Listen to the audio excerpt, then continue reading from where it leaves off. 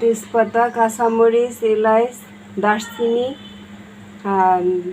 আদা বাটা, জিরা বাটা, তারপরে কি জানি যে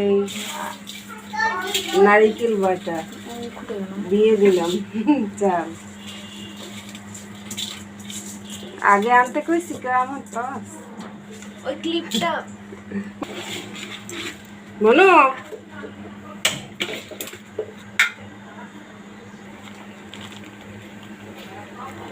লবণ দিয়ে দিলাম, হলুদ দিয়ে দিলাম। হ্যাঁ আমি কইতে দিল ভাই, আমি তো দিলাম। নারিকেল চেটে দিয়ে দিলাম।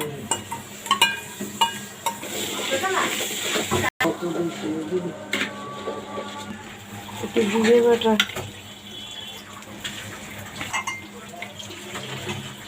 জিরে বাটা।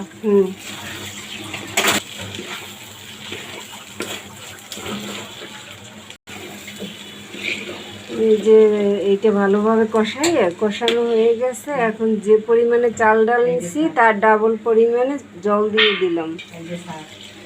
ওই যে চাল নিছি তার ডাবল পানির জল দিয়ে দিলাম। পানি জল একই শেষ করে এখন জল টল ঠিক পরিমাণ মতো দিয়ে এখন ঢাকনা দিয়ে ঢেকে দিলাম।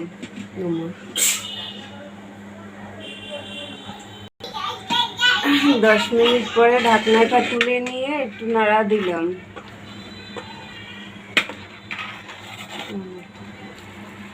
পরিমাণ মতো একটু চিনি দিয়ে দিলাম।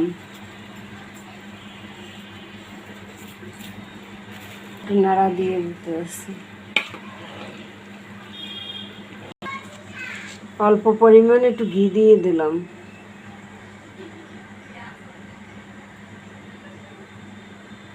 সব জায়গায় ঘুরিয়ে দিলাম।